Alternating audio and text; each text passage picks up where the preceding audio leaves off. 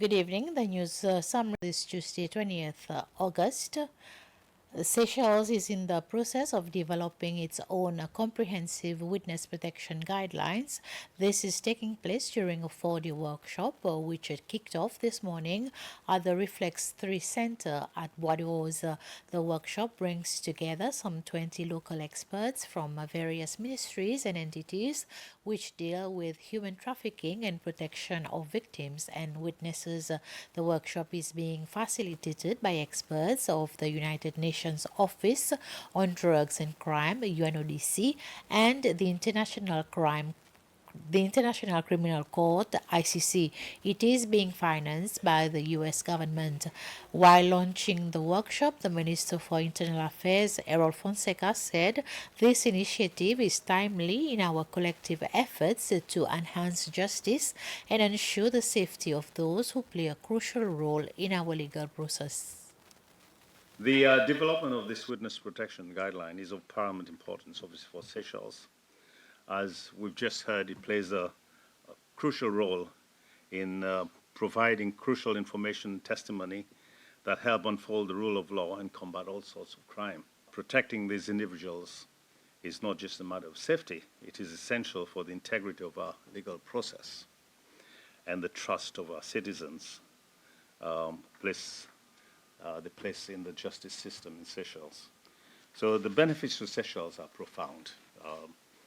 We will not only enhance the safety of these individuals and well-being of the witnesses, but also reinforce our commitment to upholding justice and human rights. Today will contribute to more resilient legal framework capable of addressing the complexities of modern challenges.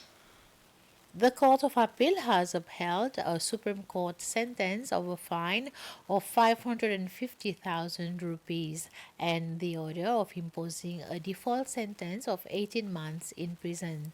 This is in the case of a 43-year-old Sri Lankan skipper, Mahakavita Dilesh, convicted of illegal fishing in the Seychelles exclusive economic zone. His lawyer has argued that the sentence is harsh and excessive, simply averring that the sentence imposed was harsh and excessive did not constitute ground of appeal. To be recalled that the Coast Guard intercepted the boat Ronkurula for fishing in Seychelles waters on 24th November last year. On board there were 184 whole sharks, 7 gunny bags, and a barrel full of salted fish. Effective from the 1st of September, the Seychelles Revenue Commission, SRC, will no longer accept any payroll withholding statements created by taxpayers in their own format or templates. According to SRC, this is in accordance with SI 19 of the Income and Non-Monetary Benefit Tax Regulation that came into effect on January 2024. The Director for Taxpayers Education and Service Delivery, Cheryl Barra, said that there are 3 forms and they are all available for download on the Commission's website. These are the payroll withholding statement for business employing 10 or more employees, the simplified payroll withholding statement for businesses employing less than 10 workers, and the domestic worker withholding statement. Ms. Barra also said that there will be penalties for business owners who fail to submit their payroll withholding statements in the appropriate format within the aforementioned time frame as specified under the Income and Non-Monetary Benefit Tax Regulation. We have noticed that businesses or taxpayers, they are either tweaking the format of the payroll withholding statements, or they are using their own format and submitting the same to the Seychelles Revenue Commission.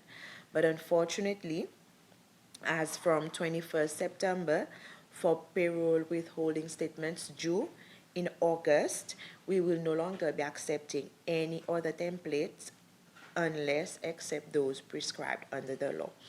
The reason being that taxpayers must ensure that they comply with the law, and we feel that we have provided enough time frame for them to adjust their payroll accordingly, as the SI came out in January.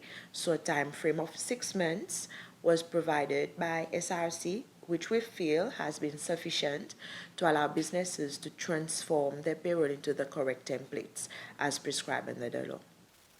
With the new cruise ship season approaching in October this year, the Tourism Department initiated a consultative workshop in collaboration with the United Nations Economic Commission for Africa, UNECA, to evaluate the cost-benefit aspects of this expanding sector. The workshop also aims to bring together stakeholders from the government and private sector, local communities, and international partners to discuss and develop strategies sustainable for a sustainable growth.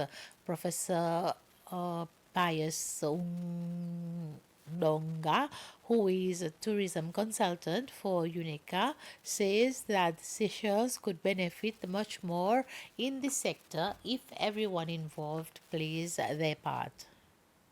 UNECA is responding to a call from Seychelles government to assist them assess the viability of the cruise sector in the economy, or cruise tourism in the economy.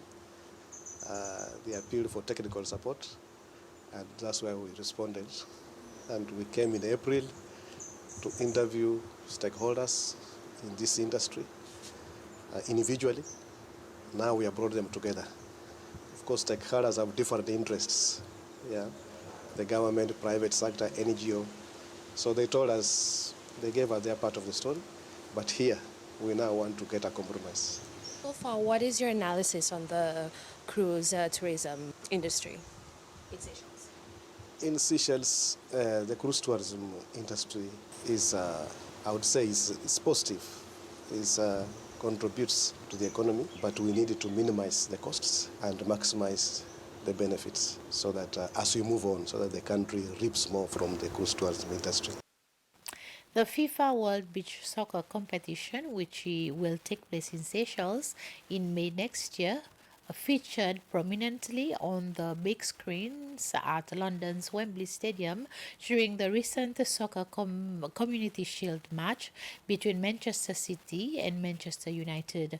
The promotional video produced by the Department of Tourism was beamed on screens all around the stadium's 1 kilometer circumference throughout the match. The vibrant logo produced by the Department of Tourism in 2022 was included in the promotional video.